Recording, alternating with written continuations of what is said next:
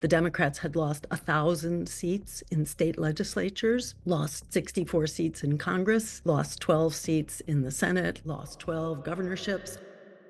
Are you kidding? This is an entire people, and you cannot turn this into a Trump resort.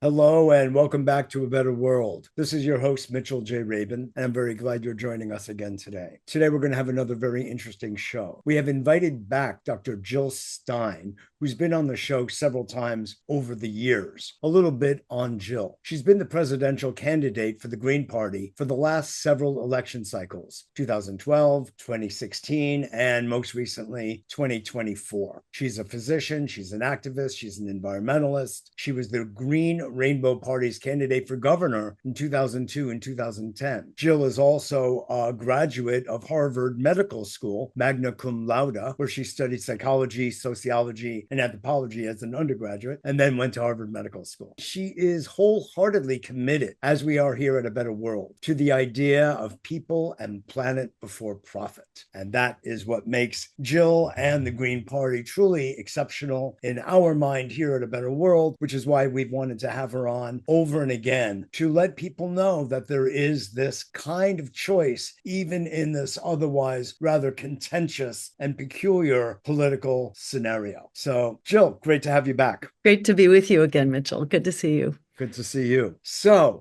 tell us a little bit. You've now been through 3 cycles. I'm just interested to know what has been your experience of each. In that, has the Green Party gathered momentum over these cycles, or has it diminished? Has it stayed the same? What does that curve look like? Right. No, I think the Green Party has distinguished itself, especially in this last cycle. We are now the leading opposition party, at a time when people are desperately seeking other alternatives, when so many working people have thrown in the towel on the Democratic Party, feeling like they've been hijacked with the Wall Street bailouts, the, throwing millions of homeowners out in the mortgage crisis of 2008, with Yes. NAFTA offshoring our jobs, with the Clinton crime bill that opened the floodgates to mass incarceration, and so on. Many people feel like the Democrats have not served them. In fact, at the end of Obama's term, the Democrats had lost 1,000 seats in state legislatures, lost 64 seats in Congress, lost 12 seats in the Senate, lost 12 governorships. So faith and confidence in the Democratic Party for what it used to be has really crumbled. And for many people, it was a leap of faith, or shall we say it was a vote against the promise of Kamala Harris that things would basically stay the same, that she would stay the course.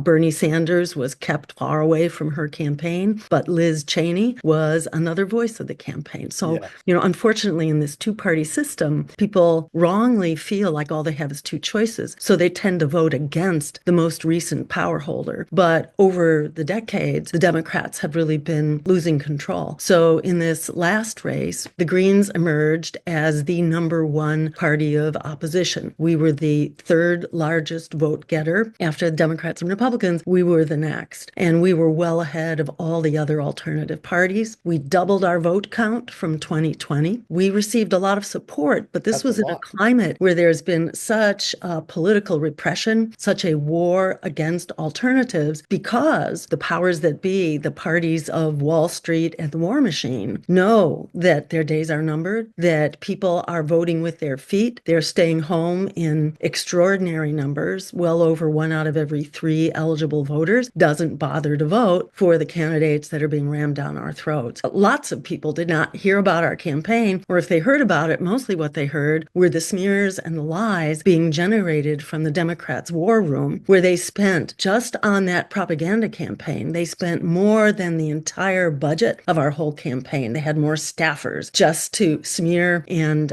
disparage our campaign than our entire campaign had. They kept us off the ballot through basically warfare, lawfare, I should say, say, Yeah. warfare conducted through misuse of the law. They had an army of lawyers. They publicly advertised for infiltrators and spies in order to mess up our ballot drives. So we see, the powers that be are terrified that everyday people are mobilizing. They are terrified that everyday people should learn that there is a campaign and a political party that is fighting for working people, that's fighting for the environment, that's fighting to end all of the genocides, but in particular the genocide, going on in Gaza. The American people strongly want a ceasefire. They want a weapons embargo to Israel while it is conducting occupation and apartheid and all that. So the powers that be are running scared and have gone to extraordinary lengths. This was, in fact, the first election where the major parties, in this case the Democrats, actually undertook a major advertising campaign against a third-party candidate. They were that scared that we should get discovered. So, I think it's only a matter of time because the Democrats, like the Republicans, are held hostage,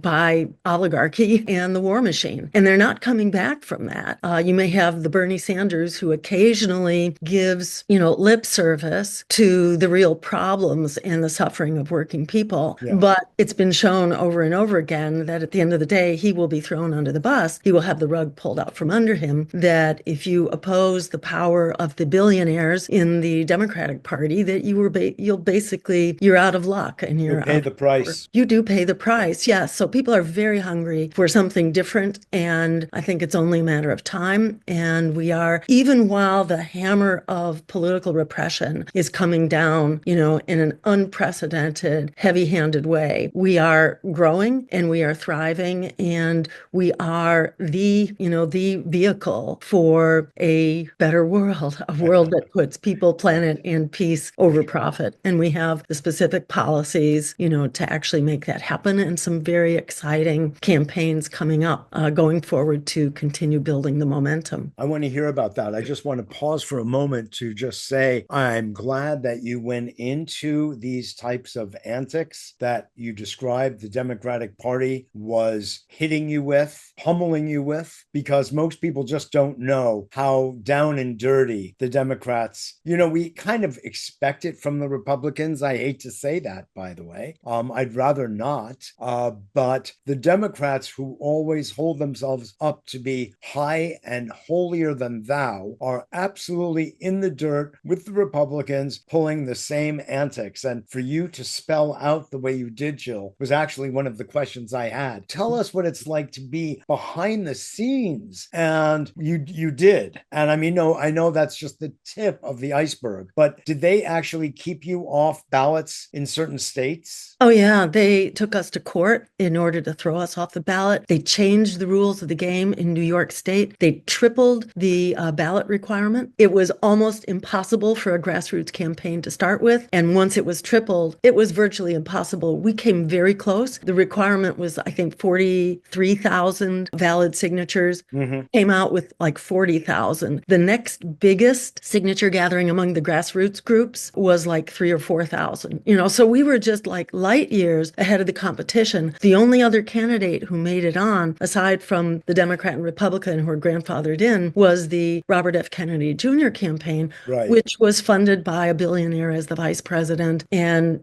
billionaires who were giving huge amounts of money through super PACs, who really represent more of the same, although they try to portray themselves as different. But it's a new kid on the block of the same old big money stranglehold on politics. So in my view, it's not having a party with a new name. It's having a party that rejects the system of being bought and paid for by, the Elon Musks and, the health insurers and the big pharma and the fossil fuel industry, the usual suspects who've bought their way into this absolute catastrophe that we are fighting really in every dimension of our lives now. Yeah, I know. We're dealing with a corporatocracy.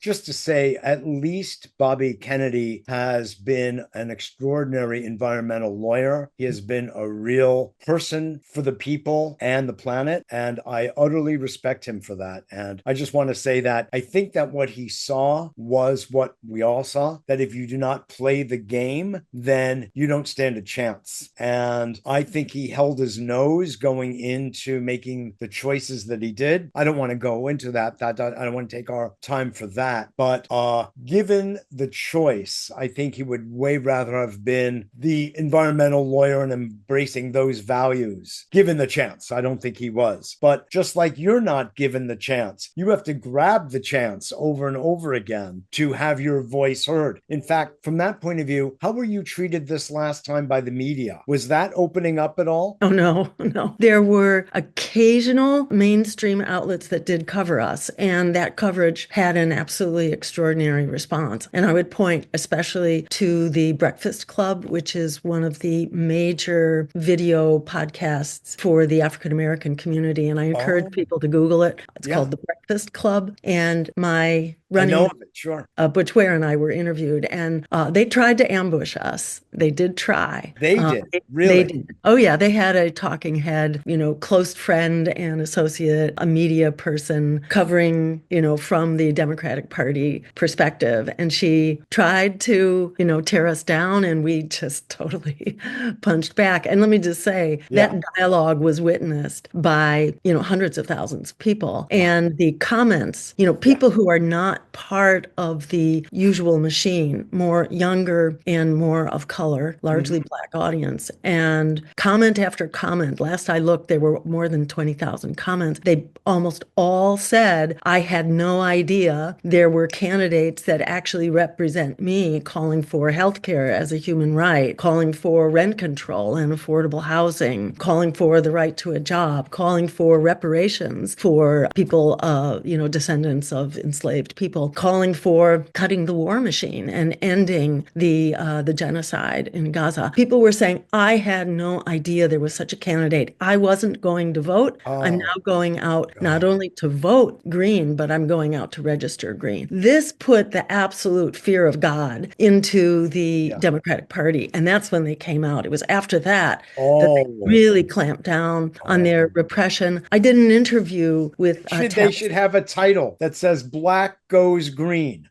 Yeah. Oh, yeah. And many people say that. I was interviewed by Tavis Smiley. I thought I made it up. Oh, well. Oh, but I like that. Right? It's a great idea. I was interviewed by another independent reporter, Tavis Smiley, and he greeted me saying that the DNC had contacted him the night before because they were tracing where I was going to be interviewed and given him a set of questions and a set of smear information to try to corner me with. So this is what they were doing. They were trying to prevent our being covered at all. And then if we were covered, they were trying to basically poison that coverage. So they were going to extraordinary lengths, and then they did that pathetic commercial that showed me morphing into Donald Trump as though not supporting a Democrat meant that I was supporting a Republican. That's what they try to get you to think. But the reality is both of them have thrown us under the bus and they just trade off. And, the terrible things that the Republicans are doing now, the cuts, for example, for Medicaid or for food stamps, under Biden, 24 million people were cut off from Medicaid when Biden cut off the emergency extensions during COVID, but there was no requirement that those extensions be cut off. And he just did that out of the brutality of his own heart. He cut off 24 million people. And it's interesting that did not get coverage. I mean, this is news to me and I follow pretty closely. Yeah. And this is absolutely. Yeah. And likewise, some 4.5 million people were thrown into poverty from the reduction on food stamps. And also, you may have heard that Biden ended the pause on student loan payments. So student loans had been paused also as part of the COVID emergency by Donald Trump. Right. And there was no requirement about them being reinstated. Yeah. But he did that. And in doing so,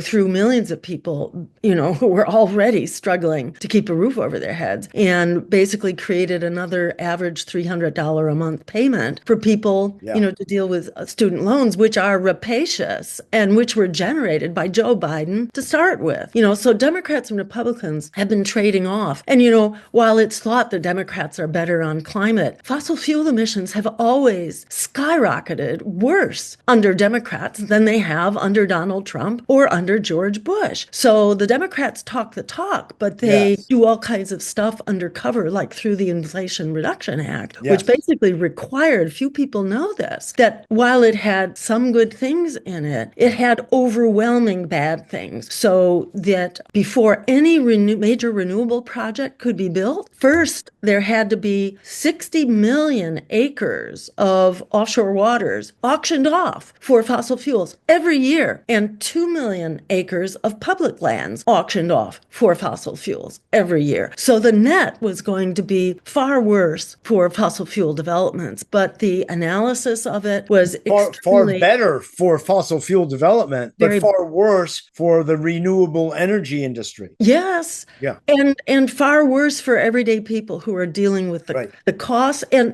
likewise, The why pollution. the pollution and with inflation and, Right. why did the cost of fossil fuel skyrocketed? All of that, well, in part it was the wars and disruption of fossil fuel supplies, but in particular, it was the blow up of the major pipeline, the Nord Stream pipeline that was Yes. blown up probably by the U.S. or at the least with U.S. Permission. Assistance.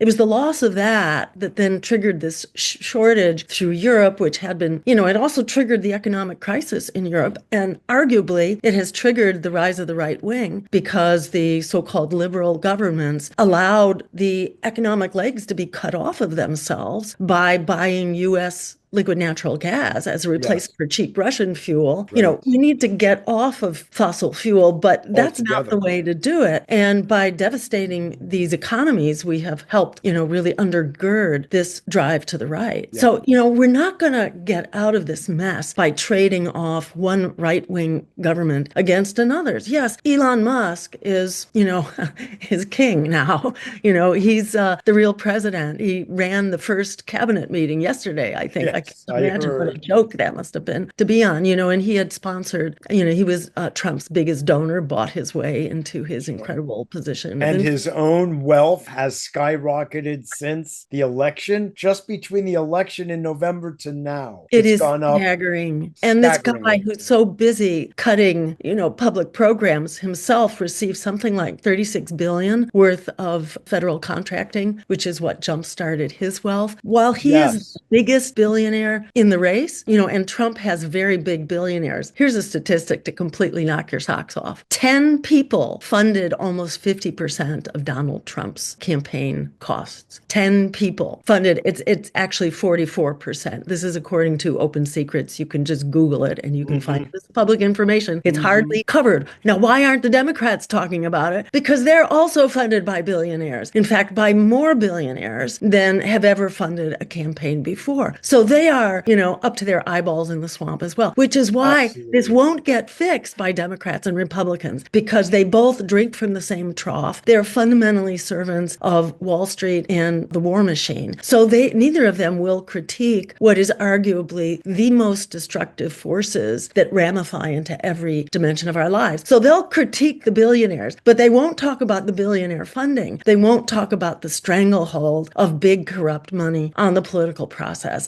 The same is true for RFK, actually. So, in my view, we cannot fix what ails us unless we're actually honest, not only about the evil billionaires, but also about the control of the evil billionaires over the two major parties. And it has been this way. I became politically active in the 1960s, around the Vietnam War. It hasn't changed since then. And the powers that be rely on new upcoming generations not to know what came before them. But it's fundamentally different now in the age of internet, where, this information is more available and people are savvier and people are voting with their feet. They are dropping out. And our job, there are 3 quotes which I want to be sure to share because for me, this really, it's like guidance to me. It's everyday guidance. So the first is Frederick Douglass, who said, power concedes nothing without a demand. This was in the struggle against slavery. Power Power concedes nothing without a demand. It never has and it never will. You have to be able to stand up and not only say what's wrong, but, what is the fundamental driver here and how do we get out of that? So that's one thing. We got to really be able to challenge power. You can't just ask nicely. We've done that for Before you centuries. say the other two, which I want you to say, Yes. it brings to mind that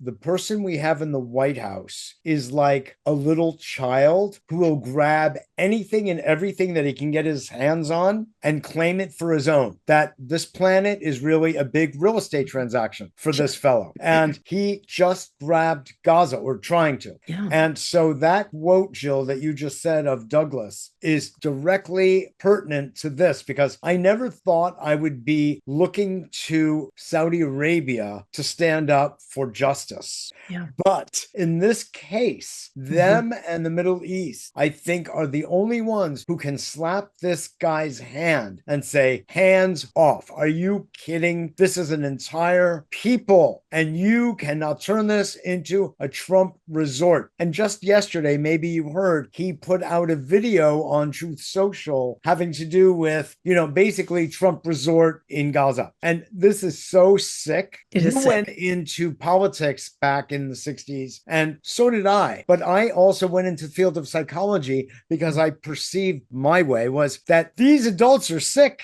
This is a pathology that generates war as a way of answering problems. Yeah. It's not doing any such thing, on and on. Anyway, we were both kind of coming from the same perspective, if you will. And here we are today. True. But I just wanted to say that about Gaza, because I'm waiting for the pushback. It's actually taking too long. The more he feels no one is pushing back, the more he's laying claim, and it will get more difficult because he's got very sticky fingers. But if they push back, which I believe they will, and they'll say, stop it. Are you out of your mind? Yeah, go ahead. Yeah, I don't know if you've heard yet, but I did see this morning, and again, I haven't verified this, but it was coming from a fairly reputable Twitter source. Yes. That quoted the president of Turkey, Erdogan, as saying that he's prepared to stand up and fight. Now, he has often said before that for Gaza, for the Palestinians. Gaza. Yeah, this was the first time I actually heard him use that language, and I've heard Egypt now using some of the same language. So we may see things beginning to shift. And one other comment about that very sick AI-generated video, I really encourage everybody to see it. You're going to find it really hard to believe that this wasn't generated by The Onion. It's very hard to believe that someone would put this out. So cringe, so psychopathic, without any sense of insight or self-awareness. And one of the most striking things is that there is a golden statue of Donald Trump featured in this movie, towering over Gaza. And you know what that said to me as a Jew, as someone who grew up with a little bit of background on the Old Testament? Yeah, sure. This is the golden calf. This is the golden calf. This is the absolute abandonment of the Ten Commandments, of the basic ideals of Judaism. There it is, right before your eyes. There is the golden calf. It is Donald Trump. It's really brilliant, beautiful. Actually, it's a beautiful critique. Yeah, it really is. That's very insightful. And I think that you have uncovered a biblical secret. So and who knows, perhaps a biblical prophecy or something. Truth, right? Exactly. This is not to be. And Donald Trump's proposal of seizing ownership. It's like the graveyard consecrated by the blood of 18,000 children. He's going to seize that and create a playground for the rich out of it. It's like so demonic. It's almost hard to get your hands around. But that plan has been rejected by the American people and the people of the world for even before that plan was proposed. But its polling is horrific. The opposition numbers are about 3-1. So it has like 20% support. Really? Yeah. So it's a joke. Who are you kidding here? That's the point. He will do that. He will. And that's what and it just, even this thing with Ukraine. And 50% of the rare earth minerals, 50%, which is an estimated $500 billion, when it's said that we have been out of pocket some 350 billion, all of which is insane. We don't have to go into that right now. But even that just shows he'll take anything he can get because that's the way he is, unless or until he's challenged. And That's then right. he backs And off because he's really just a little boy.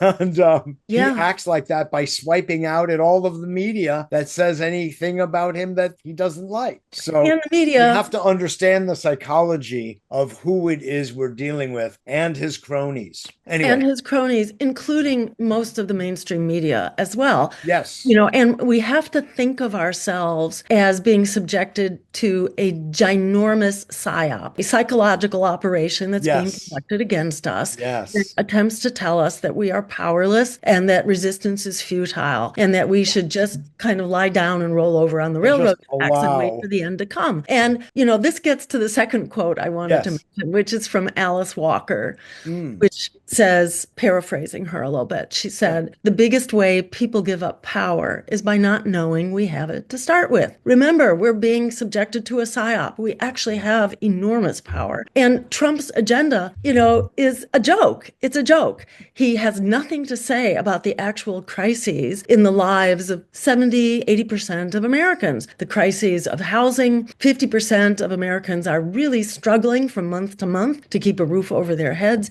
The crisis of healthcare, the crisis of our health, 100 million Americans struggling with medical debt, nearly as many who do not have adequate health insurance, student debt, the lack of good wages and good jobs. Americans are absolutely struggling. What did Donald Trump have to say to that in his inaugural speech? Nothing. He's talking about blaming immigrants to try to distract from the actual crises in our lives, making up. And unfortunately, the Democrats have gone along with him in disparaging immigrants, totally false information, accusing immigrants of being, the source of our drugs coming into the country and crime. It's actually the other way around. And immigrants are a net positive, a huge net positive to our economy because they pay taxes. They pay taxes even when they are not receiving any services whatsoever. So it was a BS campaign. And that's where Trump tries to focus attention to get people off of the actual things that unify us against the billionaires. The brilliant businessman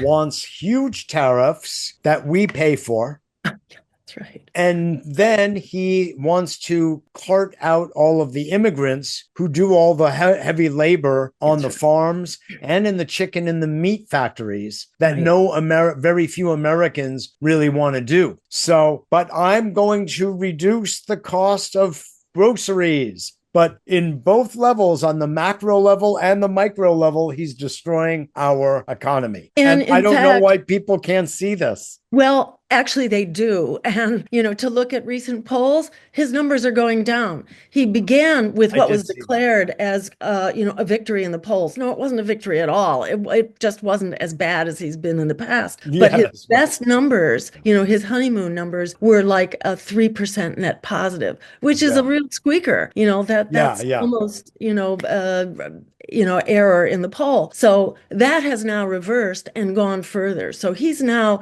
net negative by several points. It's more like 5 points or so, 4 or 5 points that he's net negative. But on all of his policies, just about all, he's now also negative, including on tariffs, on the ending birthright citizenship, and so on. And inflation has started to kick up again. He's been laying off, workers with the Department of Agriculture who would help control the bird flu. He's been throwing them out, on laying off flight control Yeah, right. Air traffic professionals controllers, at a time when we have these horrific air crises accidents, and confidence and near accidents. that's right. And confidence in our economy also has taken a huge plunge just in over the course of the last month. Right. It took a really fast nosedive, faster than it has like in the past 4 years or so. So, it's like Donald Trump is not defying gravity. He still lives in a world where everyday people have real needs, and where he is completely,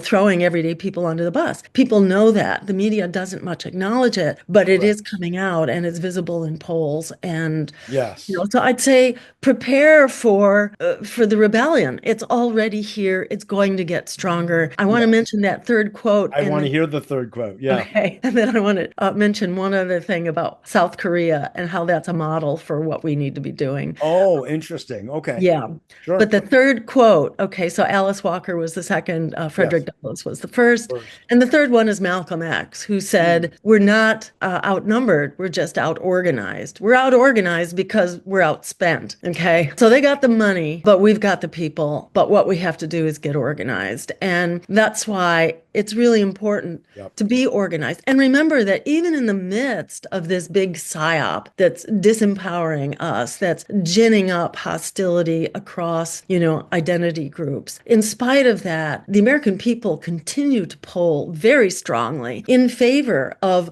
public schools, in favor of, our basic Medicare, A Medicaid, Department of Education. Department of Education, and in fact, giving more money to their schools, to Not defeating less. the Right. various privatization Yes. referendums that were run in the past elections. So the American people are still where we have always been, in fact, even more so. So we're here. We just need to get organized. And what we'll be doing as Greens, Mm-hmm.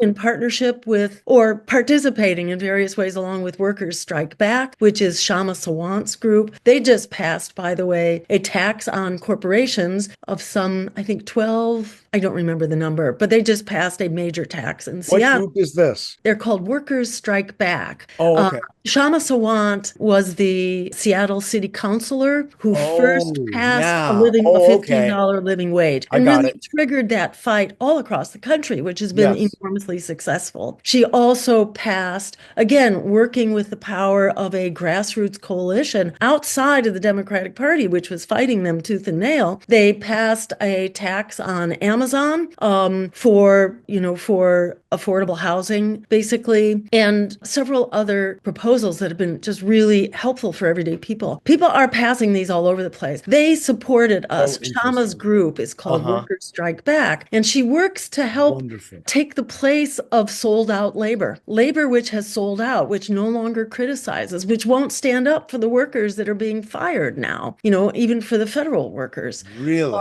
And why is that? Because they all become very encumbered, to the Sycophants? Democratic Party. They just become afraid to stand up. And then Sean Fain with the United Auto Workers, Right. he's been kissing up to Donald Trump, no longer standing up against the so-called right to work for less laws, which essentially undermine the funding of unions. So, yeah, I mean, there's a great saying. All right, so here's a fourth quote. This one Okay. is from Louis Brandeis, Uh-huh. former Supreme Court justice who Right. was, an exemplary advocate for democracy. And What he the said was, namesake of Brandeis University, of course. that's right. What he said was, we cannot simultaneously have a democracy and vast concentrations of wealth. We can't have massive concentrations of wealth. In this country, unfortunately, we have chosen the former, vast concentrations of wealth. And it's kind of obvious when you think about it. When money really concentrates into a few hands, those hands then have the power to buy influence through various loopholes and so on in government. And then these controls over the sellout of our democracy, whether it's through dark money or super PACs or the sellout of the judiciary, in so many ways, the ballot access limits that enabled the Democrats to throw us off the ballot, making ballot access a thing you have to buy with millions of dollars, which is not, that's not how it should be. This is supposed to That's be a not democracy. democratic. Yeah, You yeah. probably know this. No, all of these are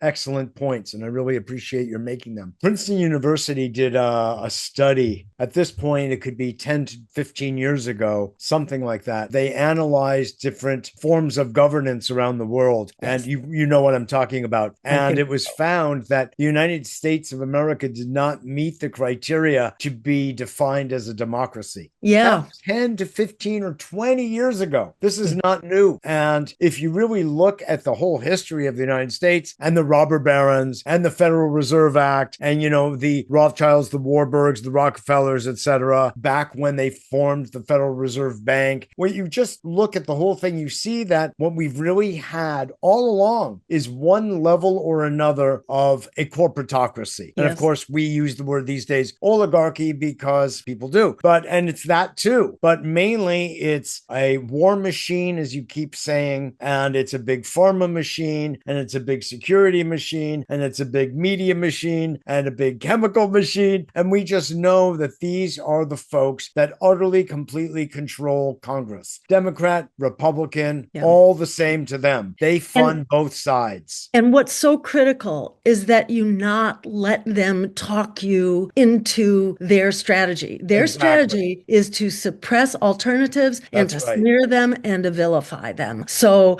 do not accept the propaganda and the smear campaigns that you hear. Go to the source, find Yes. out for yourself But who are what do these you say, alternative Jill? candidates. What do you say to the argument that has been with us forever and it really reared its ugly head during the time of Ralph Nader in 2000 with, the Gore Bush other stolen election? And every time I was very much an advocate before you came on the scene of John Hagelin and the Natural Law Party. And I learned a lot about the inside story of the way it goes, which was so ugly. And he finally dropped out. I mean, the guy was really a physicist, and they made a real heart-centered go at it. And it just, the corruption was just too much. You have stayed the course through thick and thin. And I really admire and want to acknowledge you for that, because it's ugly out there. And you've enunciated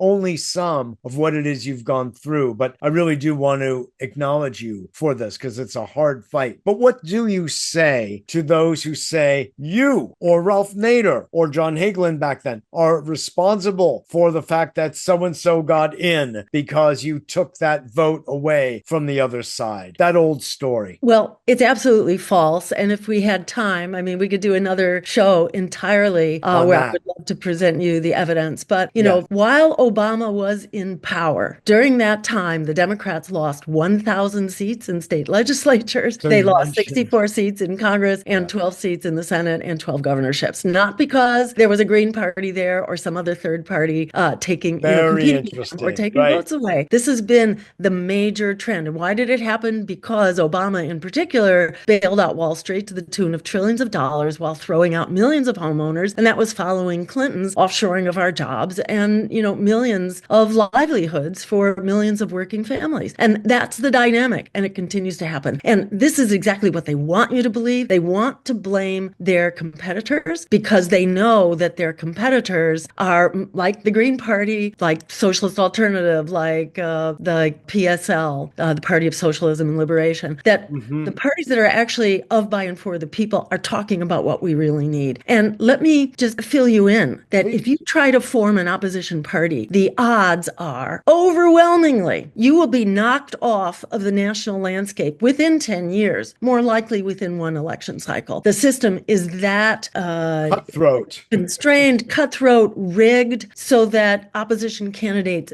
do not get a word in edgewise. And yeah, the Greens are not as strong as we need to be, but we are stronger than every other grassroots, non-corporate party that has ever fought this corporate system of billionaires. So reject what they're telling you. Out of hand, reject what they're telling you. These are the billionaires who are trying to silence their opposition. And I'd say, go to our website. You'll find a lot on it. Follow my social media at Dr. Jill Stein, DR, Jill Stein, no period after the DR, and tune in to our projects. We are running some great candidates. My running mate, Butch Ware, is now running for governor of California, which is actually a winnable race for a number of reasons, but he's very talented, charismatic, and Butch Ware, check him out and go to his website. Wonderful. So you're saying to me for sure that 2028 is just around the corner for you? Absolutely. I mean,